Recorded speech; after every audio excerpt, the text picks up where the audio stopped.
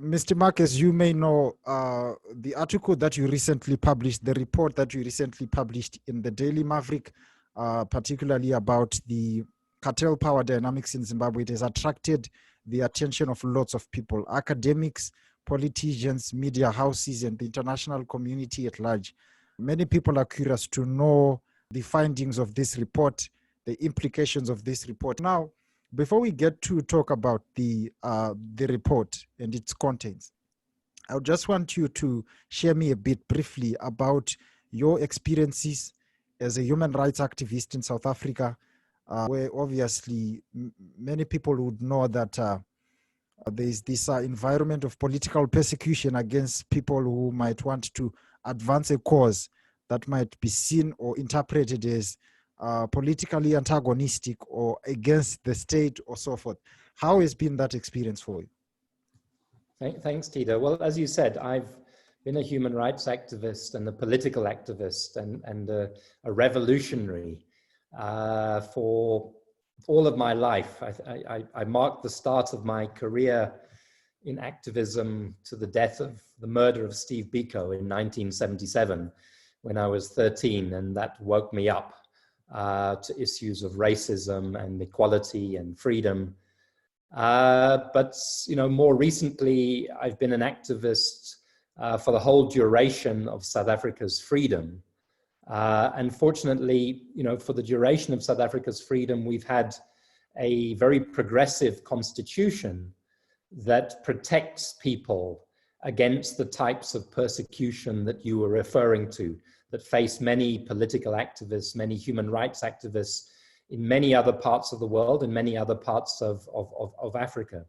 So, I'm fortunate in the early days of my activism. Of course, I faced the apartheid government and I had to work underground in the struggle for South Africa's liberation. But since 1994, I've conducted my business and my campaigns with relative freedom. And what I've fought on, Tida, is particularly socioeconomic rights, people's rights to healthcare services, people's rights to basic education, to water, to sufficient food, because I believe that those rights are fundamental to dignity, they're fundamental to citizenship, and they're fundamental to freedom. So, we can win in South Africa political freedom, but if we don't have economic freedom, if people don't have a shared standard of dignity and equality, then that political freedom doesn't mean much. So, of course, I've got in trouble once or twice. I've had to be outspoken. I've been involved in campaigns against corruption, against President Zuma in South Africa. I've been involved in campaigns against AIDS denialism, against President Mbeki in South Africa. But I believe that in our country, politicians and activists alike respect me for the integrity of my commitment to human rights. And I think that's a critical aspect of the work of anybody who believes in human rights is consistency, principle, and integrity in what you stand for. So it's a long journey and it's not over. Mm-hmm. We do want to see you continue the good job. You're doing a very good job. It's our wish to see people live a happy, a prosperous and fulfilling life where their fundamental freedoms and human rights are respected, observed, and advanced. So now getting to the report, Cartel Power Dynamics report on Zimbabwe.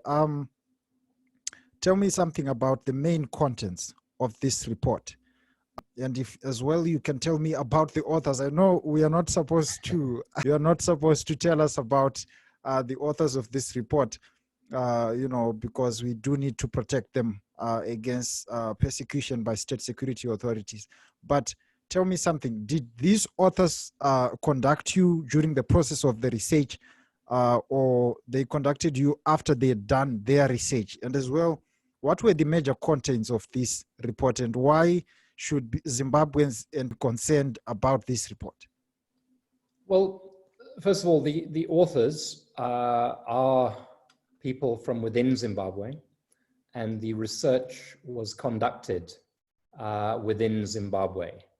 And if you look at the report, that's just the cover of the report, you'll see that it's very, very careful in the use of references in relation to some of the claims and analysis that it makes. It has 462 references.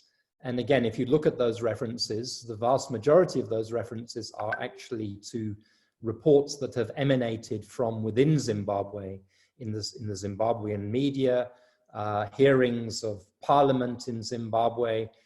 So it's very much a report that is rooted in the reality of Zimbabwe's politics and of Zimbabwe's economics. The authors did not want to publish it in their own names because, to put it frankly, in the climate that exists at the moment in Zimbabwe, they were afraid that publishing it in their own names would bring persecution and intimidation. And I think that they are justified in those fears. We've seen a closing of what we call civic space, restrictions on the media, imprisonment of people like Hopewell, Chinono, abductions of people, and generally a climate that has not eliminated entirely free expression, but has put a squeeze, a vice on freedom of expression. And I support the authors in that decision. So I was approached by the writers at a time when the report was almost complete. But in the course of discussing whether I would agree to publish it as the Maverick Citizen, I had to establish or satisfy myself of its authenticity. I also had to ensure that there was an independent fact-checking process of the report. And of course, that meant that some further engagement had to take place over the report as it was finalized and prepared for publication. And again, I'll say on the record, because this has been questioned, that the report was independently fact-checked, that each one of those references, pardon me, that I mentioned a minute ago was checked. And as an editor of Maverick Citizen, I am confident that this report is an accurate analysis of current issues in the economy and the politics of Zimbabwe. So that was the extent of my engagement. Now, let me say that, you know, I'm a journalist, I'm a writer, not normally in the business of publishing reports, but I believe that there's a public interest in this report. And as you've said, the substantial engagement and interest that it has generated, I think, is a vindication that there is a public interest, whether you do not like the contents of the report or whether you find that the contents of the report are helpful to debate and to finding solutions to the crisis of Zimbabwe. I think that the decision to publish it is justified. And I think it falls within a tradition of what we call conflict-sensitive journalism, which is journalism that aims to provide a comprehensive picture of an issue, not a sensational picture, not an exaggerated picture, a well-referenced, well-sourced, comprehensive picture that can enable people and citizens to try to address the problem. So Tida, you ask about what is in the report. Well, in some ways, the report is a little bit like an academic study. Mm-hmm. And in fact, I think, you know, many journals would consider it for publication because it is very meticulous. Exactly. In the way that it is, it's written and very carefully researched. But essentially what the report does is that many people in my country, in South Africa, in Zimbabwe, in the United States, all over the world, we have a problem of cartel behavior, we have a problem of corruption. But often we only see pieces and we don't join the pieces together. We only see parts of the jigsaw puzzle. I think what this report does and is particularly important for people in Zimbabwe and South Africa, let me say, is Mm-hmm. that it joins the dots and provides an analysis and the picture. Now, what does it provide a picture of? It provides a picture of the ways in which politics and economics enmesh in the interests of corrupt economic behavior, and how this is done through what we call cartels, how that is done through collusion between politicians and business leaders and leaders of state-owned public enterprises. And it identifies three types of cartel. It identifies cartels between private companies, which aim to extract rent, aim to extract profits that have no bearing on the actual investment into something. That's the first. It looks at cartels between where what's involved is the patronage of a leading political figure and a business. And then it looks at collusion between public and private. And it does all of this in a way that is not abstract or theoretical. It does it through a series of case studies looking at cartels operating in fuel, cartels operating in tobacco, in roads, in mining, and in agriculture. And again, as I said to you a minute ago, Tito, in each of those case studies, it draws upon an existing body of evidence. In fact, there's not really much that is new in this report. It's all been reported somewhere before. What is new is the way it frames it, the way it explains the politics. And the last thing that I would say, two things I would say in a long answer to your first question is it looks at the methods that are common to cartels. And let me say these are methods that are not unique to Zimbabwe. They're happening in many countries of the world. And those methods include, but are not limited to, collusion on setting high prices. Because for some reason or another, there is protection or there is market dominance. They look at smuggling. I'm sure your viewers know that there's a lot of smuggling of gold, of tobacco out of Zimbabwe through South Africa. Mm-hmm. Smuggling allows you to underdeclare on the value of the goods that you export. You pay less tax. You claim more rent. You do not declare the rent. So that money goes to individuals who have power rather than back it to the country into the fiscus. It looks at the ways in which it is possible through state-owned enterprises, the Grain Marketing Board, and so on, for private companies to buy cheap because it is subsidized, but then sell expensive back into the market, and in that way collect rent, make profits.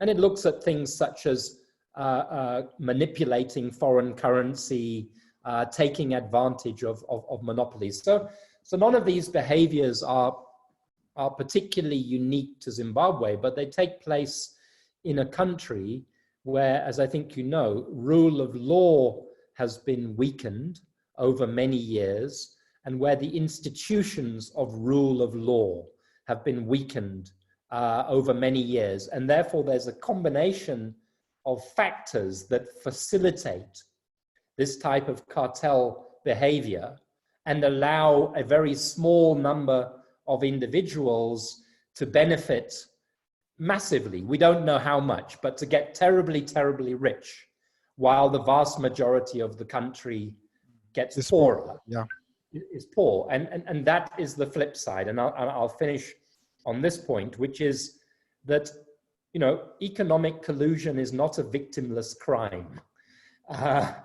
Corruption is not a victimless crime. Somebody has to pay for this. And the people who are paying for it are the people of Zimbabwe.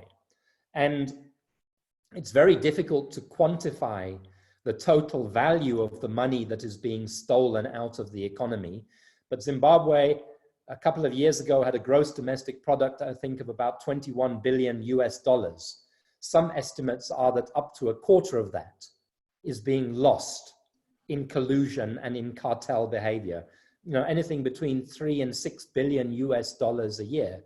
Now, of course, that's a lot of money. And if that money, or a large proportion of it, was paid is invested in the economy. Yeah. Precisely. If it was invested in the economy, but also if it was invested in social services, in the very socio-economic rights that, as I told you at the beginning, that I have been particularly involved in fighting for many years. So that's in a nutshell. I'm not the author. I'm a person who's obviously had to satisfy myself of its authenticity. But I think that describes the report. And eventually, let me make 2 other points. It ends with a set of recommendations, but I also, and what I think is also important for me as a South African, and as a South African journalist, is that it implicates South Africa very heavily in this behavior. It implicates South Africa because South Africans are involved, business is involved in these cartels, because South Africa is, South Africans receive the cigarettes and the gold and either consume them in South Africa or export them onwards to other countries, because there's corruption in the South African revenue services, the South African border services, etc., that facilitates this. I mean, it strikes me anecdotally through further investigation that I've done that, it's kind of common knowledge who's doing this, the names, some of the businesses, but people turn a blind eye to it, and nobody gets arrested and nobody gets put in prison. So for me, as a social justice journalist in South Africa, I hope that one of the things that it does is focus attention of South African authorities and empower them to act, to try to cut off the oxygen to this type of conduct. Thank you very much for that. I like that you mentioned the idea that this is a phenomenon that is not only happening in Zimbabwe. Yeah, it's happening in different parts of the world, in different countries in the continent, and even in South Africa as well. We are always following the state capture commissions of inquiry that are currently being conducted. And it has been argued, Mr. Mark, that the Daily Maverick is sometimes somewhat obsessed with publishing bad about Zimbabwe, about its neighbor Zimbabwe, to depict the corruption, the inequality. The Daily Maverick has not covered the state capture of South Africa itself, where there are even more serious issues. And it has also been advanced that this might probably be because the owners of the Daily Maverick are also part and parcel of this state capture inquiry. I think all of those claims are demonstrably false. And I don't just say that because this is Mark responding to accusations that he doesn't like, or that finger me, but I think they can be proven to be false. First of all, the focus on Zimbabwe. I, as the editor of Maverick Citizen, and Maverick Citizen is a part of the Daily Maverick that focuses on social justice and human rights and Pan-African solidarity, attach importance to Zimbabwe, because in South Africa and Zimbabwe, our destinies have always been tied together, and they continue to be tied together. And wearing another hat, I've been very involved in South Africa in fighting the xenophobia of South Africans against Zimbabweans who are coming here as migrants to work. And for me, that's a reason of trying to deal with the problem at source, and the source is the foreign policy of the South African government and the domestic policy in Zimbabwe. Zimbabwe is a country in crisis. I think we'd all agree. I think it would be hard to find somebody who says that it's not a country in crisis when you have such high levels of unemployment, high levels of hunger, unpreparedness to deal with the COVID-19 crisis. And I think there's a benefit in reporting on Zimbabweans and not only looking at South Africa. But what I would say to you, Tida, is that I also shine a spotlight on other countries. I've just finished a series of 15 articles looking at India at the moment under Prime Minister Modi, and looking at the suppression of civil and political rights in that country and the whipping up of ethnic hatred. I run a weekly series called the Southern African Human Rights Roundup that looks at countries across Africa and Southern Africa from a human rights perspective. So I believe that reporting Zimbabwe, the good and the bad, is in the public interest. Do we selectively only look at Zimbabwe and pretend that South Africa doesn't have problems? Not at all. The Daily Maverick, the parent, the mothership of Maverick Citizen, has probably been the leader in reporting state capture in South Africa for the last 5 years. And I can tell you that I've been personally involved in it. I was the person who first received the hard drive of the Gupta leaks. And then in those days, I didn't work for the Daily Maverick, and then gave it to the Daily Maverick to investigate and to analyze, that then led to the series of articles that exposed state capture in South Africa. So I wouldn't for one moment suggest that South Africa does not have its own problems of state capture. It also has its own problems, by the way, Tida, of cartel behavior. The only difference is that at the moment we have a fairly strong competition authority that has been effective in challenging and investigating some of the cartels, whereas in Zimbabwe, the competition authority is extremely weak, and it's extremely weak by the government of Zimbabwe's own admission that it is extremely weak. So that type of behavior can take place with relative impunity. And then the other thing that I would say, because you mentioned the owners of the Daily Maverick, a large portion of the Daily Maverick is financed by readers of the Daily Maverick, by people who take out voluntary subscriptions. Some of it is funded by advertising. I don't think that the Daily Maverick is owned by white monopoly capital. I think that the Daily Maverick operates without fear or favor. I operate without fear or favor. And I recognize that we do have a problem, by the way, in this country of white monopoly capital. And you do have a problem in Zimbabwe as well, of white monopoly capital. Mm-hmm. And you do have a problem in Zimbabwe of elites who existed before independence in 1980, managed to reorganize themselves to cozy up to the new regime after independence in 1980, and then did another cozying up after the coup in 2017. So capitalism and white monopoly capital is a problem in former colonial, post-colonial countries. Mm-hmm. And in South Africa, I would very, very much be part of exposing that same behavior where I see it and where it is drawn to my attention. But I'll finish on this point. What I think we should not allow is for new elites to use that as a cloak to hide their own crimes and misdemeanors. So that's why as I joined, or I became a supporter of the African National Congress when I was 13 years old.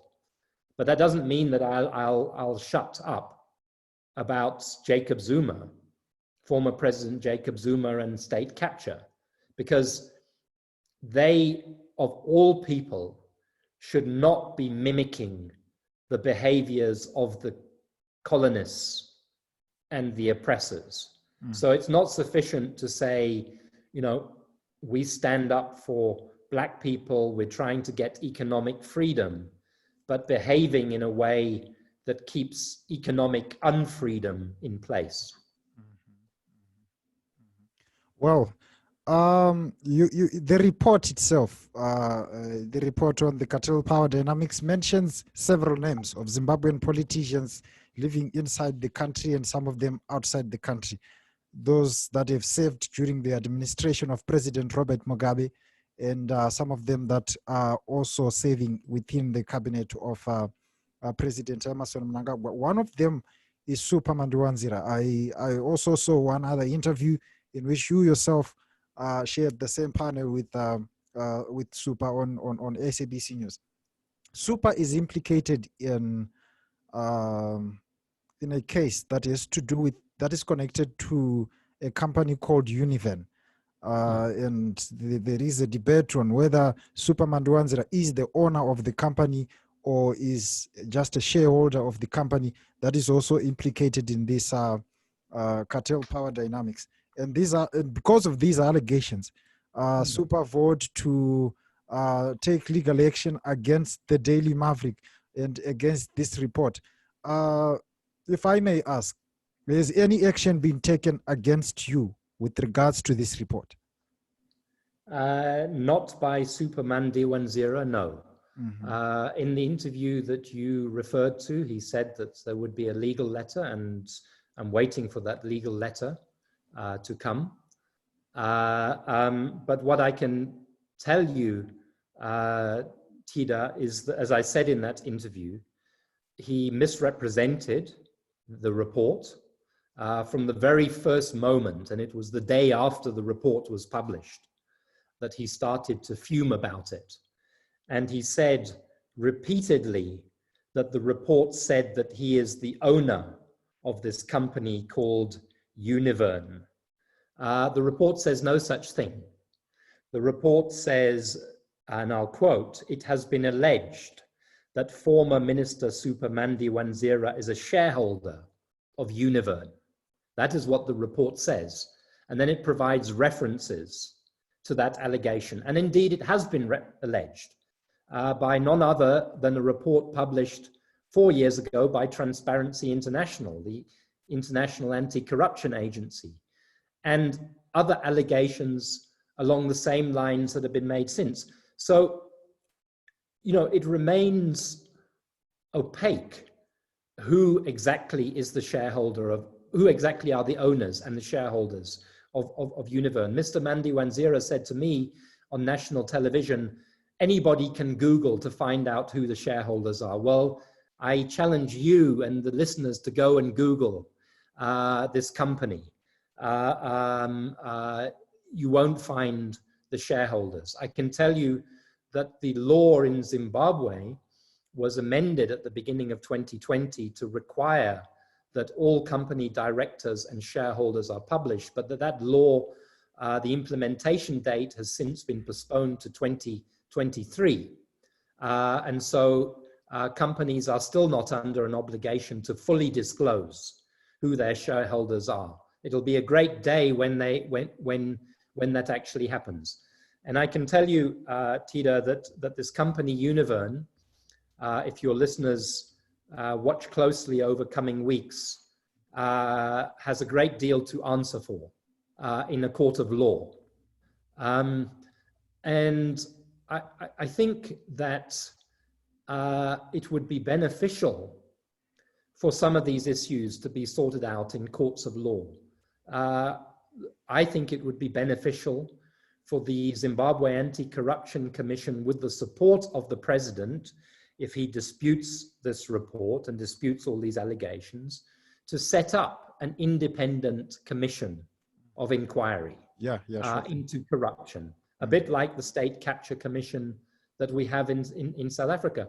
I think it will be beneficial to business people who think that they're being wrongly named, to come forward and have their names cleared, if that is possible to do. And I think it will be beneficial for Zimbabweans when we can say no longer it is alleged, but we can say that Mr. ABC is corrupt because he or she is the owner, he or she has ill-gotten financial gains, and so on and so on. Well, you've mentioned, about the appointment of a commission of inquiry to look into these corruption allegations. Looking at the South African case, we could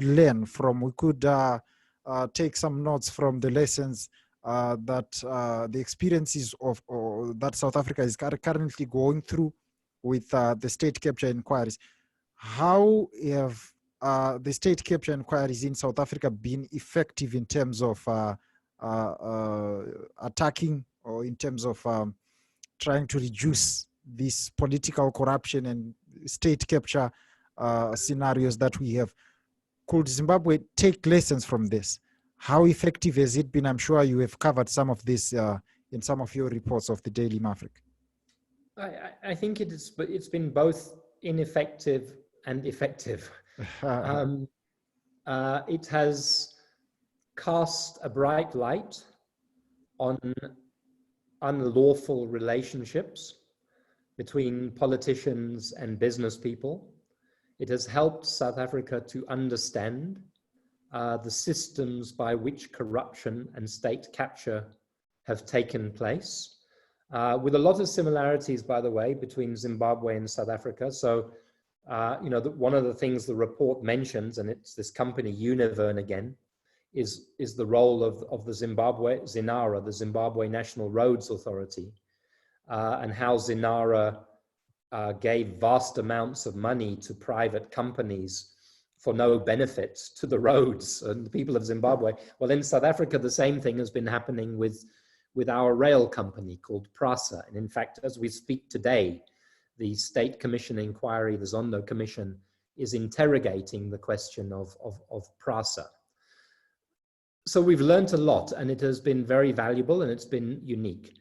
But ultimately, it will only be valuable if it roots out the problem.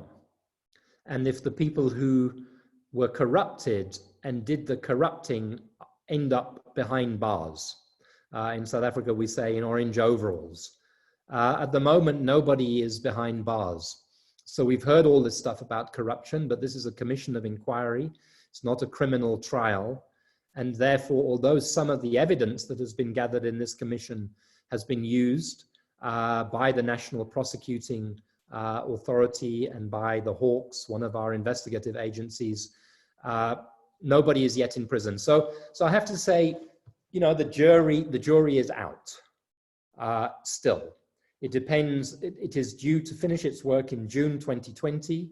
It is due to publish a report. It will give that report with its recommendations to President Ramaphosa. We hope that President Ramaphosa will act on the recommendations of that report.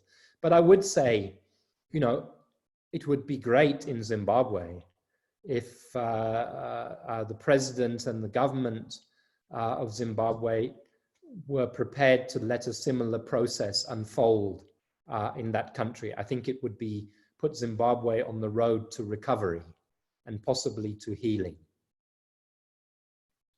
Well, thank you very much for that, Mr. Mark Heywood.